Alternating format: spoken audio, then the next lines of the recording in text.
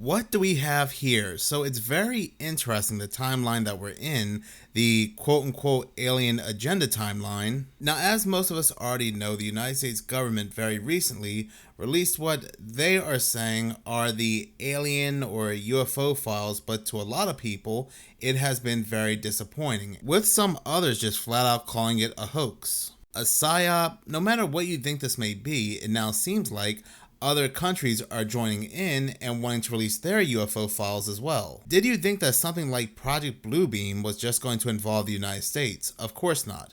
So with that being said, we now have the Japanese government stating they will release their UAP files following the United States and Ukraine's UFO disclosure. Yes, Ukraine also released something very recently as well.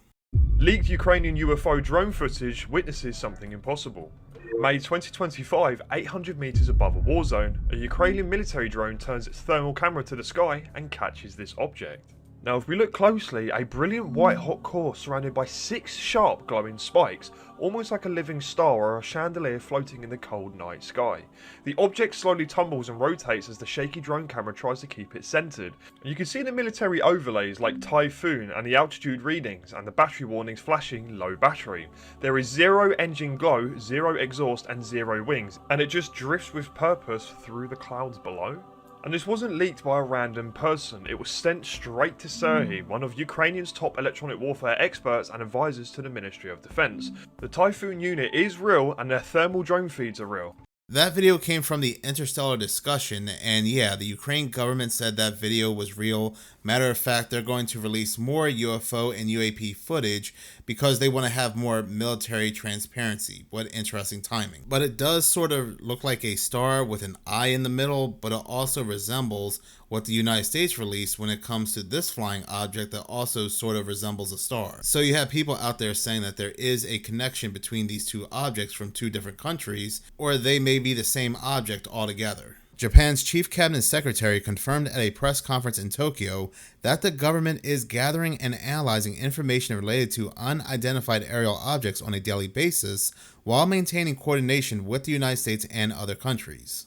And on the question of Japan releasing its own UAP files, the secretary said the government would make specific case-by-case decisions after comprehensively considering various factors, including the risk of intelligence gathering capabilities being exposed. So they're doing the same playbook like the United States. This is what the United States first said. They're going to do a case-by-case basis, making sure they don't expose any secrets, and then release the files. And over time, we're going to hear that other countries are also going to release their UFO and UAP files as well. It's going to be a collaborated effort, just like Ronald Reagan said. Can we and all nations not live in peace? In our obsession with antagonisms of the moment, we often forget how much unites all the members of humanity. Perhaps we need some outside universal threat to make us recognize this common bound.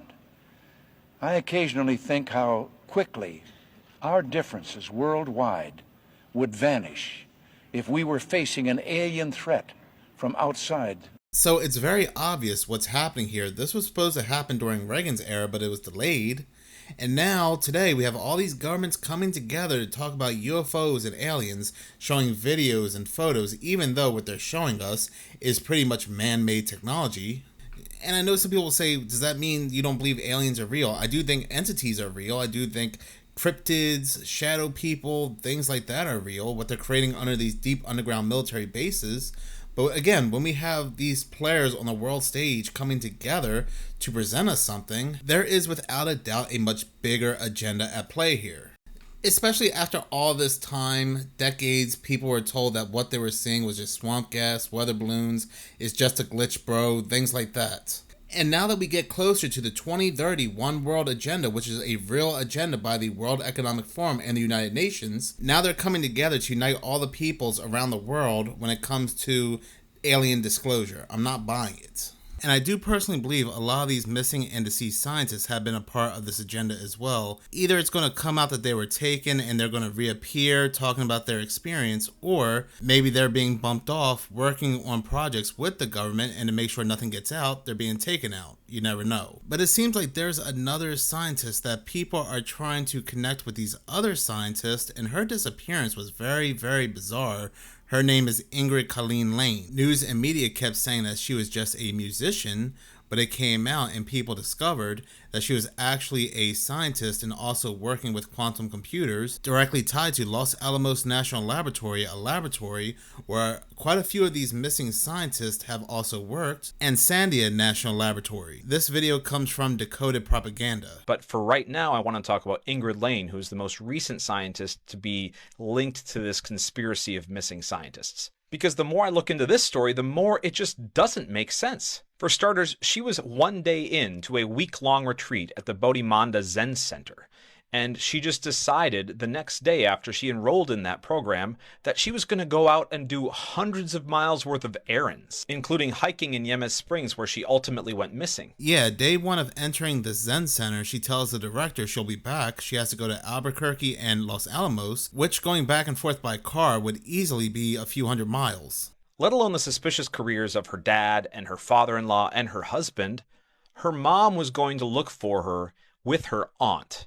And this article that I found from 2024 indicates that the mom basically has given up hope on finding her and expects her to have been lost to the wilderness. But is that really how her mom feels?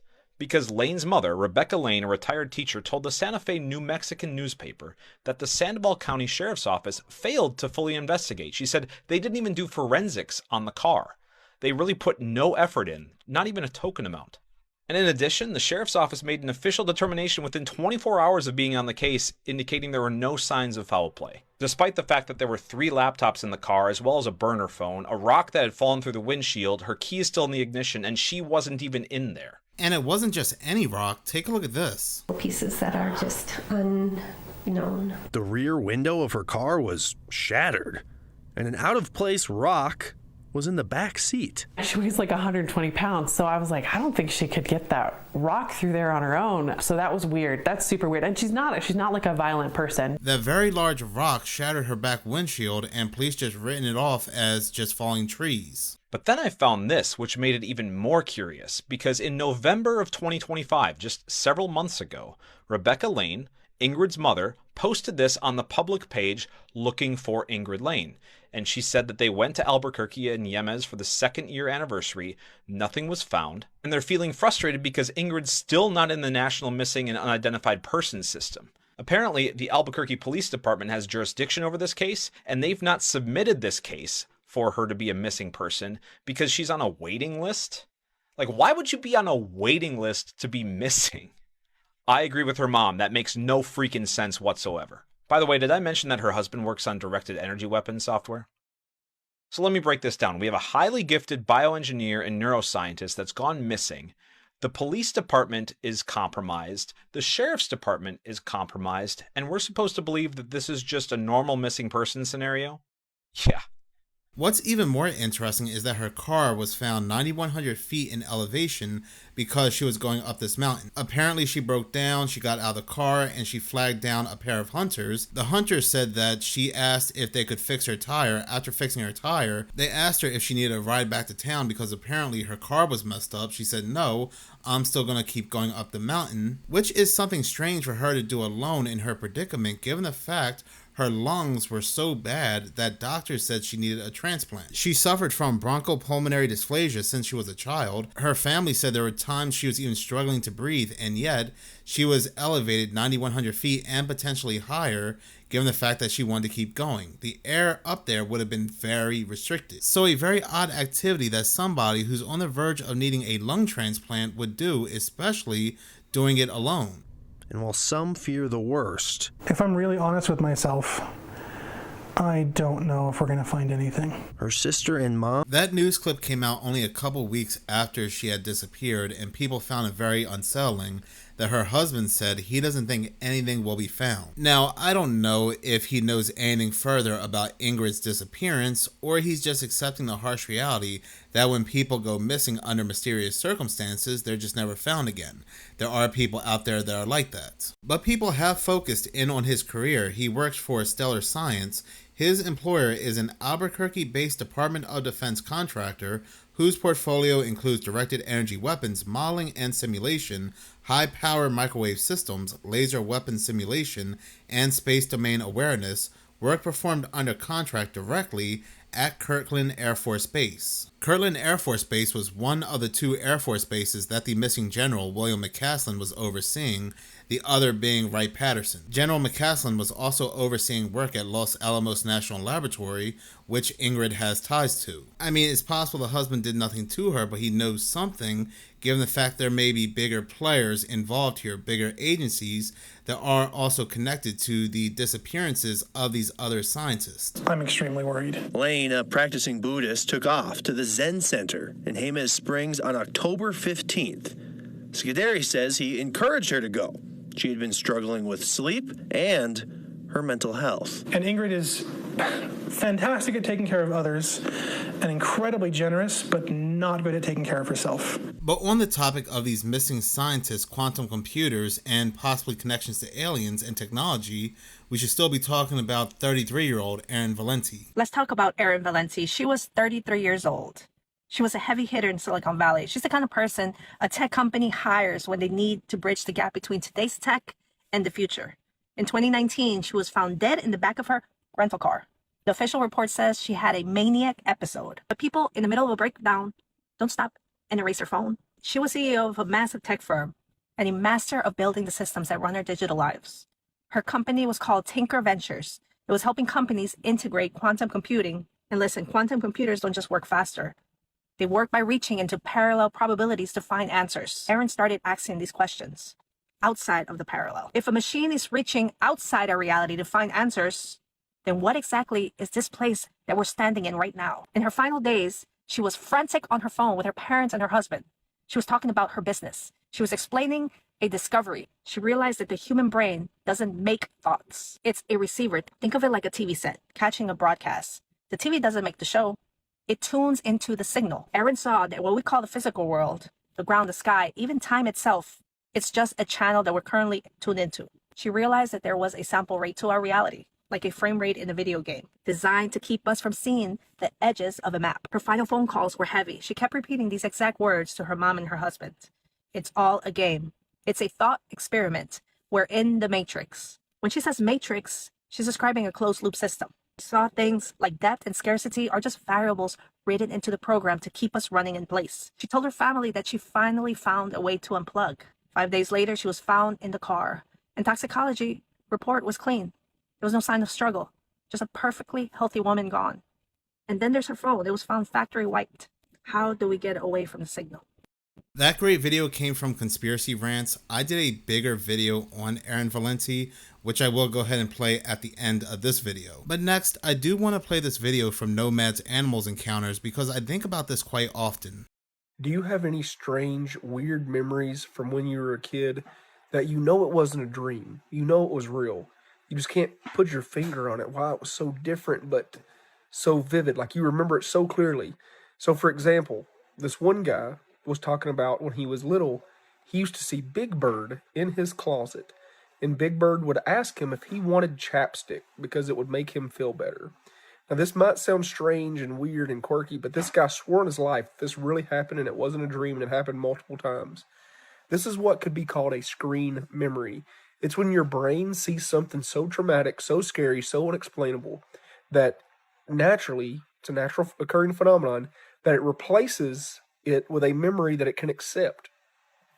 On the other hand, people believe that maybe aliens or some kind of supernatural creature can actually replace these memories. Kind of like if you've watched the movie Encounters of the Fourth Kind, they all kept saying they were seeing owls outside their windows when we know that it was, the gray aliens that were coming to visit them and abduct them. So these screen memories, I got to thinking about my own life and my own past, and I'm sitting here thinking like some of these dreams that I had that were so vivid and so realistic, maybe it wasn't a dream. Maybe it was one of these screen memories they're talking about. So I'm definitely interested in hearing some of the stories from you guys. I've been getting a lot of comments of people saying that they just saw weird, unexplainable stuff when they were kids, and they know that it couldn't have been, a dream. They very well remember being awake, but the image doesn't make sense. And I think it's funny that whether it is something supernatural or it is something that our brain does naturally, that it would substitute something horrifying and scary with something so recognizable in our life. Like this guy said he saw Big Bird, peeking around out of his closet. To me, honestly, that would be more terrifying than probably anything else if I saw Big Bird come out of our closet. and asked me if I wanted chapstick, I think I would actually just go ahead and have a heart attack at that very moment. What's very weird about that, and I remember this in great detail, that's why I know this wasn't a dream. As a kid, I remember being in one of my older houses that I lived in, a house that I spoke about quite often on my other channel, Minutes of Horror. And I remember being very thirsty and asking my sister, can I get something to drink? And she said, no, go to bed. And then later on that night, I remember being at the top of the stairs that led to the living room that led to the kitchen. But looking down, I remember seeing two things. One was a person that I believe was dressed like a clown, but I do remember the other being this giant pink elephant. They led me to the kitchen, they opened up the refrigerator door, and I remember seeing this large glass of water. I remember drinking it, feeling the water going down my throat, how cold it was. They closed the door, and then they led me back up the stairs. It was so real, I always thought to myself, was it just a dream? And there are other things that have happened to me back as a child that, again, I can remember in great detail, where I said to myself, there's no way that was just a dream. And after watching his video, it makes a lot of sense that our brains as children fill in something that could be absolutely frightening and makes it something more lighthearted. That right there is the last remaining evidence of one of the freakiest things to have ever happened. Today is the 150th anniversary of the infamous Kentucky meat shower. Be careful when Googling that phrase, it probably means something else now. On March 3rd, 1876, in rural Kentucky, hundreds of chunks of flesh measuring about 2 inches on a side started falling from the sky. Or to quote one witness from the time who saw this happen from her porch, it started snowing meat. Witnesses said the flesh smelled like it was rotten, like a dead body. The hunks of flesh rained down an area about the size of an American football field. People who saw it thought at the time that it might be raw beef, but then decided that it might be lamb or deer after tasting some of it. When a piece was sent off to some scientists for testing, they decided that it was lung tissue from either a horse or a human infant. A lone preserved sample of the tissue was found a while ago, but it is too old and too degraded to get any kind of accurate test. To this day, we do not know exactly what caused the Kentucky meat shower, but our best guess is that it was vomit from a flock of turkey vultures. Vultures, of course, are known for feasting on dead animals, but also, like me, they will start vomiting the moment they feel like they are in danger or are startled. And once one turkey vulture starts vomiting, all of the other vultures in the vicinity will start doing the same. So it is entirely possible that the Kentucky meat shower is simply a flock of vultures that got startled and then all just started puking in midair. My question as a non-expert is, why is this the only recorded instance of that happening? But all of the other theories are much weirder, so I guess we are going with that one. That video comes from Jason K. Pargan, and the vulture thing does make sense, but vultures fly around all the time, possibly with things in their mouth, and we've never heard a story like this afterwards. But what makes it even more disturbing is that you have people eating it. That this next video was filmed in the Appalachian Mountains without telling me it was filmed in the Appalachian Mountains. And why do I say that? Because there was a contractor that was installing a fence during the daytime and looked over into the bushes where he was putting the fence and noticed a woman staring at him. You heard what I said. She was staring at him through the bushes. He then went to get a closer look, and what he saw scared the living daylights out of him. Take a look at this video for yourself. Listen. Look, dude, she couldn't find her way over there. Watch the glitch right there. Look at that. Unbelievable. You see her? Right there. That face. Oh my God. It's right there staring at me. What is that? Dude, how fucking scary is that? I froze the video and enhanced it as best as I could for clarity. Do you see the individual or whatever that thing is right there? Do you see it now? No? How about right now? Take a look at that face. What in the world is that was staring at him and moving around? I'll play the video one more time and keep an eye on the glitch in the background as well. That video came from the Jody69, and I zoomed in even further. Now, whatever that is or whoever that is probably means no harm, but still, at the end of the day, that face staring at you is still very unsettling, and I doubt I would be there for very long. This occurred in 2017 in Indonesia. Security guards got an alarm on their phones, letting them know that the security camera had captured something moving.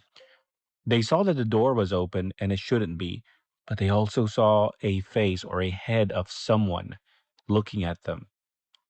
Security guards were frightened because later on, a couple of minutes later, they got another alarm. And as you can see, the same head is appearing and looking at them. But look at those bright eyes. This made the evening news in Indonesia and around the world.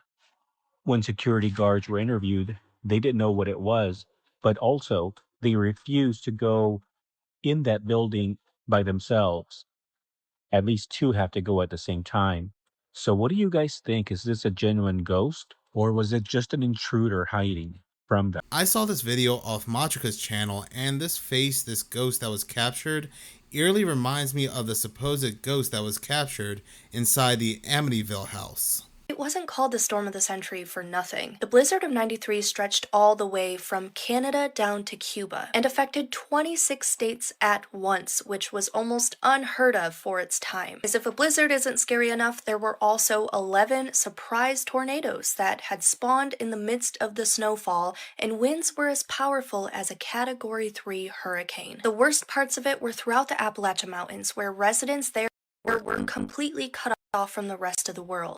Many of the people that were stuck in their homes had even created tunnels through the snow to try and escape. For people in regions that weren't experiencing tornadoes, they were instead witnessing something called thunder snow, which is where it literally starts to lightning and thunder while the snow is falling. There was so much snow that even snowplows couldn't get through, so some people reported seeing tanks driving down the road so that the National Guard could deliver food to families that were stuck inside of their homes. The National Guard also used helicopters to drop care packages to families in more rural areas like the mountains. In places like West Virginia, people were trapped in their cars on the highway for days, and as you can imagine, some of them didn't make it. In fact, it was recorded that at least 318 people died during this storm. Thankfully, though, meteorologists did accurately predict the storm severity days in advance, which likely saved hundreds of more people. Because without that warning, the death toll would have almost certainly been far worse. But just think about all of the power outages. So many people died from carbon monoxide poisoning from trying to keep their homes warm with generators or gas ovens, or their homes caught on fire with no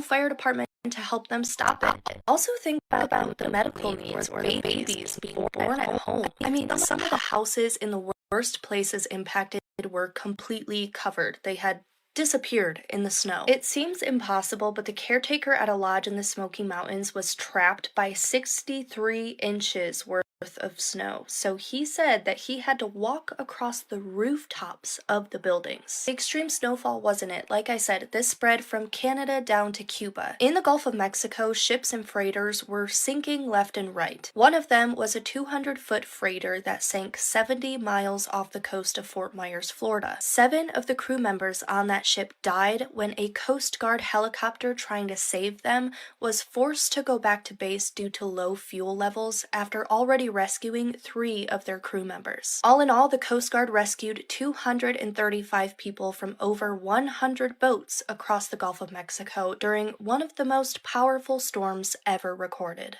That video came from Oddities on Elm Street, and while I don't remember the blizzard of '93 because I think I was only 8 at the time, 2 years later there was the blizzard of '95 that hit the East Coast that I do remember, and I remember snow coming all the way near my shoulders. It was that high. But one has to wonder, when it comes to the blizzard of '93, with all that was happening at one time, how much of that may have been manipulation as well. But next, what I'm going to do is play my older video when it comes to Aaron Valenti. Creepy video. I am a big fan of topics about the simulated universe, glitches in reality, the Mandela effect.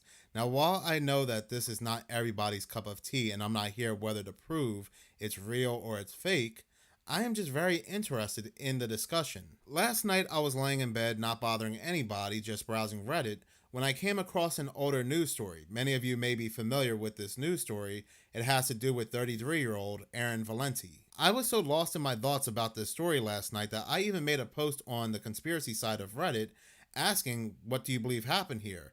Right now there's nearly 200,000 views, nearly 500 upvotes, and multiple shares. Because it's such a bizarre case. Now, I'm not going to go ahead and do a big breakdown or make a big segment about this news story because, like I said, many of you may already be aware of this story. I'm just going to go ahead and do a very quick breakdown. Erin Valenti, 33 years old, was a Silicon Valley entrepreneur and the CEO of a tech startup company. But the thing is, this was not your average tech startup company, as she was working with AI, neural interfaces, and machine learning. Her company, Tinker Ventures, focused on cutting-edge AI applications for finance, business, and beyond. She was working with some kind of AI that could blur the lines between reality and simulation. With this technology, with this company, she flies out to San Francisco on October of 2019 on a business trip to meet other tech CEOs. Anybody who saw Erin in San Francisco all said she was in good spirits. She was communicating with friends and family, and everybody that spoke with her said there was nothing outside the norm. Now, Erin was last seen on October 7th of 2019.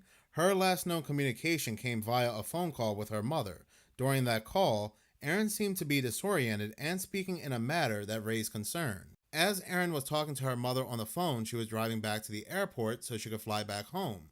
But Erin's mother noticed that she wasn't making much sense as she was talking. She was talking very fast and erratically. Erin would tell her mother she's coming home for Thanksgiving, but at the same time, she would say, it's all a game, it's a thought experiment, we are in the Matrix. And then she would finally say, I'm going to miss my flight. On October 7th, a Delta flight for Salt Lake City left without Erin Valenti on board. Her family would report her missing. There was a big search conducted for Erin Valenti, which was called off 5 days later when she was found deceased in the back of her rental car on a residential street in San Jose. According to her family and investigators, there were no signs of any physical harm. An autopsy was conducted and they found no drugs in her system. Medical examiners could not determine how she passed away. They said she was healthy, she did not have a heart attack, she did not have a stroke, she did not have an aneurysm. So the only determination they could come up with is that she passed away due to natural causes from an acute manic episode. That is right. She passed away because she had an episode of insanity. They do not know why she stopped driving to the airport, how she ended up in the back seat. There were no clues that she was driving with somebody else. Business Insider, who was heavily following the case, reviewed the autopsy, and again, it was ruled that the manner of her passing was natural and it was just sudden in the setting of an acute manic episode. Though this did not explain what ended the life of the 33-year-old tech founder. Did this manic episode trigger a heart attack, an aneurysm, a stroke?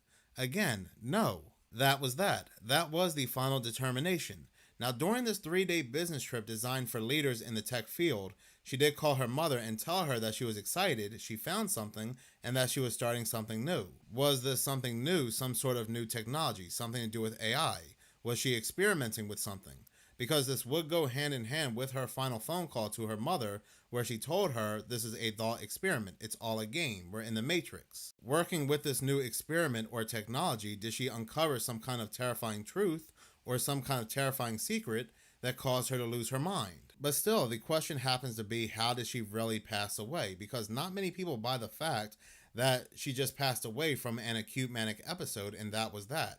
What was triggered by this acute manic episode? Erin's family felt like authorities and investigators were not taking this case seriously enough. They were just sweeping it under the rug.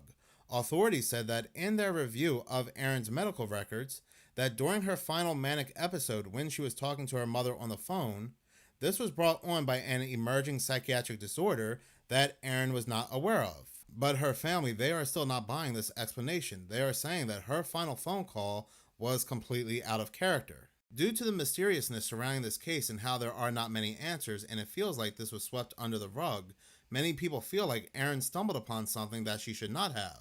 What should also be very interesting to note is that around the same time, on October 1st, 2019, another tech CEO, Tushar Atri, he would also lose his life in California. Tushar Atre, he was abducted from his home and stabbed, again losing his life in the process. Does this have any connection to what happened to Erin Valenti?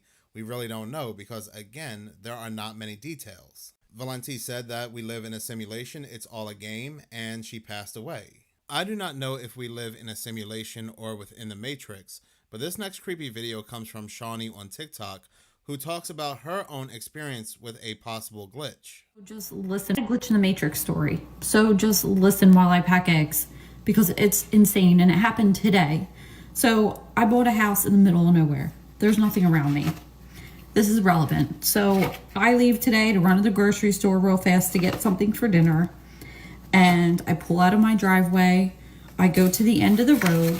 And when I get up to the end of the road, the car that turns the corner to come down my road passing me is my old self in my old car. It's me.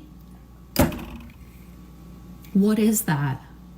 So when this happens, I have this flash of a memory of me getting lost out here when I was younger.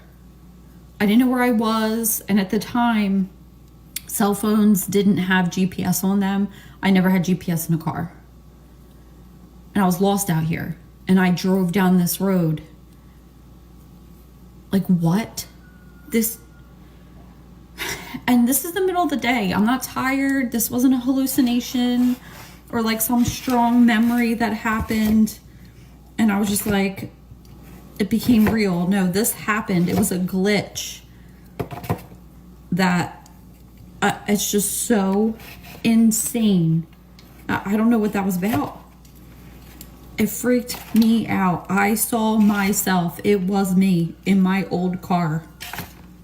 And it was me in my old car before I hit a deer in it eventually, because then I got a car after that. So like, what was that? So does that mean it makes it true that all of our worlds are happening at the same time?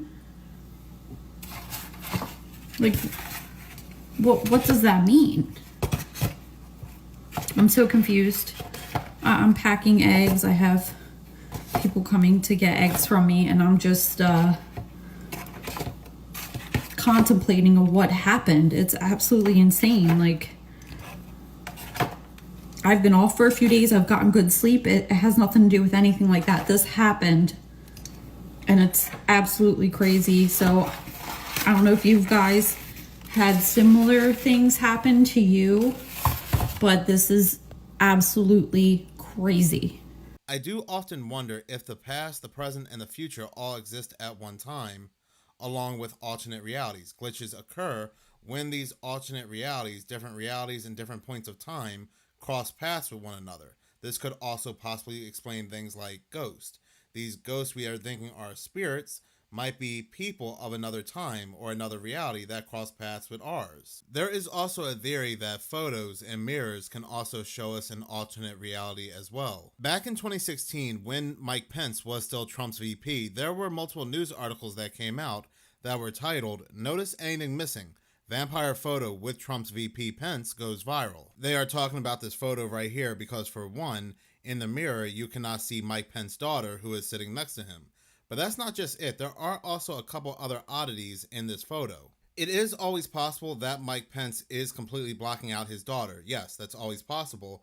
But if you take a look at his wife, you can actually see another head sticking out in front of her. Yet this person is missing when the photo is being taken. You can also see this boy in red here sitting at their table. There is also a cup with a straw planted right on their table, yet if you look at their actual table outside the mirror, you do not see such a cup. So I always thought this photo was rather freaky. Even taking a look at Mike Pence and his daughter, you can't even see the back of her head or her hair in the mirror. It's like you're looking at an alternate universe or an alternate reality that was captured by this photo. Now, I'm not saying this is 100% proof of an alternate reality. It could be a very well done optical illusion, but it did indeed catch the eye of many people and news articles who thought the exact same thing.